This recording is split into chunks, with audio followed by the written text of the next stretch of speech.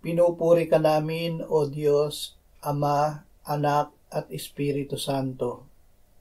Salamat, Ama, na ibinigay mo sa amin si Jesus na iyong anak, na namatay para sa aming kasalanan, iyong muling binuhay, iniakyat at iniluklok sa iyong kanan sa langit. Salamat na ibinigay mo sa amin ang iyong banal na Espiritu, at sa pamamagitan niya ay ibinuhos mo ang iyong pag-ibig sa aming puso. Ama, kami ay hindi mo iniiwan o pinababayaan.